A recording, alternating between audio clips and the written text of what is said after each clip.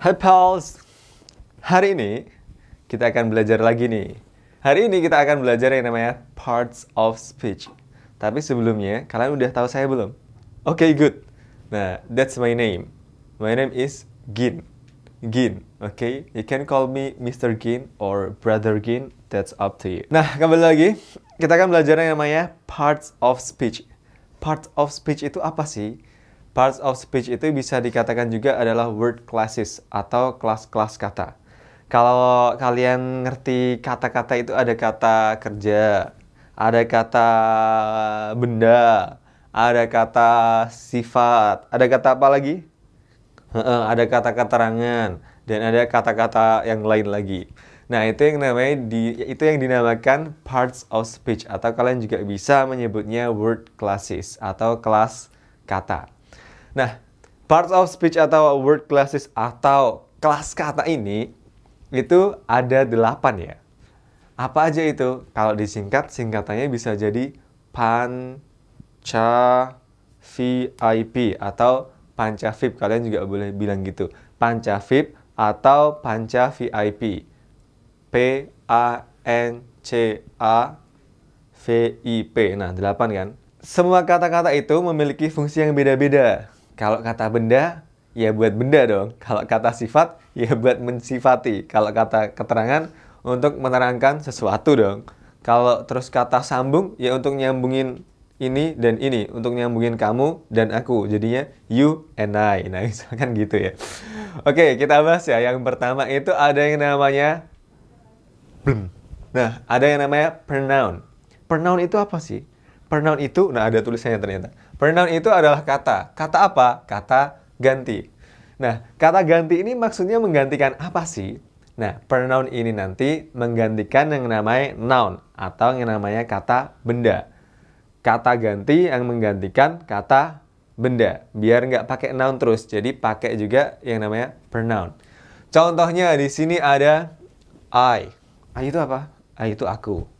Terus ada lagi me. Wih, sini. Ada lagi me.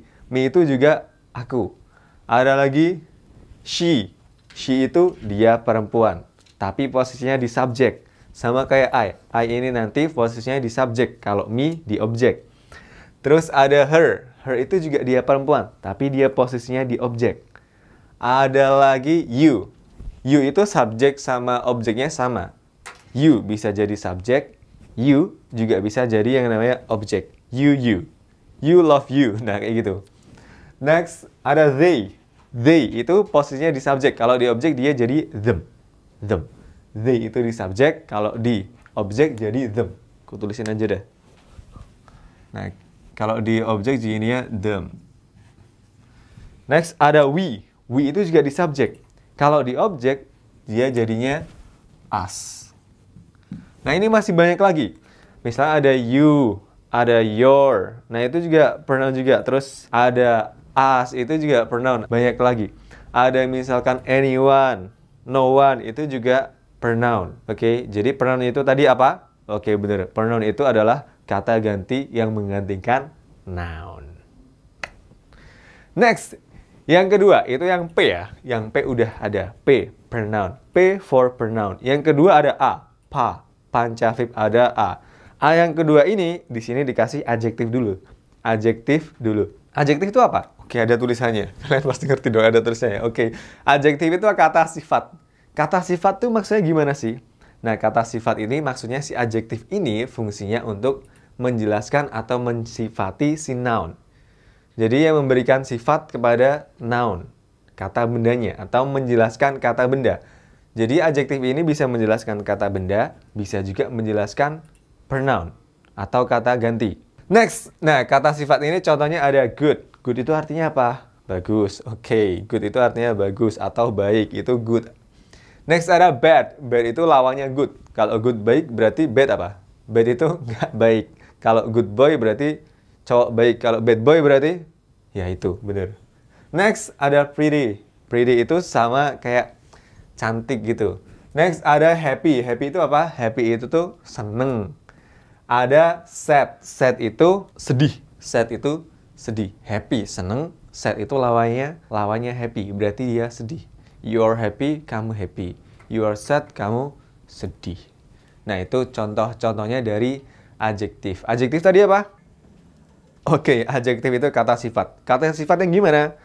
Yang mensifati si noun atau pronoun, atau kata yang menjelaskan noun atau pronoun. Oke. Pa. Lanjut ke pan. Pancavip. N. Noun for N. Jadi N-nya itu kita isi noun. Noun itu apa? Ya benar. Noun itu adalah kata benda. Kata benda itu maksudnya gimana sih? Kok bisa dibilang kata benda? Kan ada benda nih. Benda kan pasti punya nama.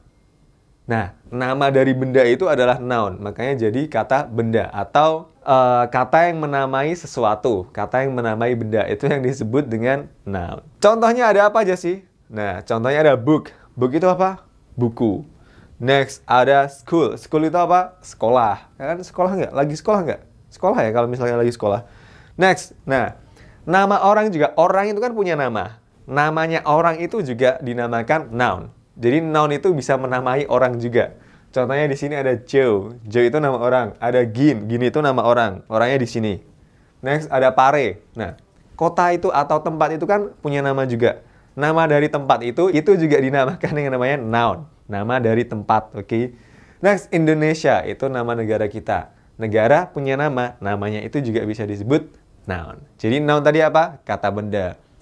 Kok bisa disebut kata benda? Kenapa? Karena kata tersebut menamai sebuah benda atau menamai sesuatu. Nah, itu yang disebut dengan noun. Tadi udah belajar 3. Ada pan, pronoun, adjektif. Terus yang ketiga ada yang namanya noun. Jadi pronoun, adjektif, noun. Oke, ada 3. Kita latihan dulu karena ini bagian-bagian penting, kita latihan dulu. Tadi kan kalau pronoun itu kan apa namanya? Menggantikan noun. Menggantikannya itu maksudnya gimana sih ini? Ada contohnya di sini nih. Di sini ada contoh kalimat the girls look at the man. The girls look at the man. Nah, the girls ini kan, girls ini adalah noun, kata benda. Girls kan ada banyak orang tuh, banyak cewek-cewek. Nah, namanya apa? Namanya girls. Benda itu dinamai girls. Orang itu dinamai girls. Berarti kalau punya S ini nanti banyak ya. Orangnya banyak, ceweknya banyak. Look at, melihat the man. Man ini cuma satu. Kalau banyak pakai E, M-A-N. Tapi kalau ini pakai A, maka man-nya cuma satu. Nah, pronoun ini nanti menggantikan the girls sama menggantikan the man. The girls ini kan kalau banyak mereka. Mereka kan, kalau banyak kan jadi mereka. Maka jadinya apa? Jadinya they ini nanti. Girls-nya dari they. They itu nggak hanya menggantikan cewek atau cowok. Menggantikan semua ya. Banyak cewek ya they. Banyak cowok ya they. Dia juga nggak hanya pada orang. Misalkan ada buku-buku, ya kalian bisa sebut they juga. Nggak hanya benda mati, benda hidup pun. Nggak hanya benda hidup, benda mati pun kalian bisa sebut dengan they atau them. Next, ada noun yang kedua, ada the man. The man itu kan laki-laki. Kalau pakai A itu laki-lakinya satu. Laki-laki itu kata gantinya kan yang tepat adalah he. Kalau cewek kan she. Kalau cowok he. Tapi he itu untuk di subjek. Kalau di objek, ini kan ada subjek, verb, objek. Kalau di objek, itu nanti jadinya him. Bukan he lagi. Nah, ini diganti dengan him. Jadinya, they look at him. Nah, ini yang dinamakan pronoun menggantikan si noun tersebut. Kalian pengen ngerti nggak? Subjek, verb, objek itu gimana sih maksudnya? Kok kalau di subjek gini, kok kalau di objek gini? Kalau pengen tahu, belajar di sini dong. Belajar di mana? Tahu kan? Bener banget, Kampung Inggris Aussie. Di mana tempatnya? Di Pare. Ada online, ada offline. Kalian bebas pilih. Mau offline ke sini juga bisa, langsung meet up bareng kita, atau mau online pun juga bisa. Oke? Nah, sekarang udah paham kan yang namanya pronoun yang menggantikan noun, kata ganti yang menggantikan kata benda. Nah, ada they look at him, the girls look at the man. The girls-nya diganti they, look at-nya tetap look at karena verb ya. Next, ada him. Jangan lupa tanda titik kalau ada kalimat. Oke. Next, ada contoh lagi. Ada beautiful girls, ada good boy. Beautiful girl sama good boy. Nah, ini contoh yang adjektif tadi. Adjektif itu kan menjelaskan noun atau juga bisa menjelaskan pronoun. Nah, Maksudnya itu mensifati si noun itu atau mensifati si pronoun itu. Beautiful itu kan cantik. Girls itu kan cewek.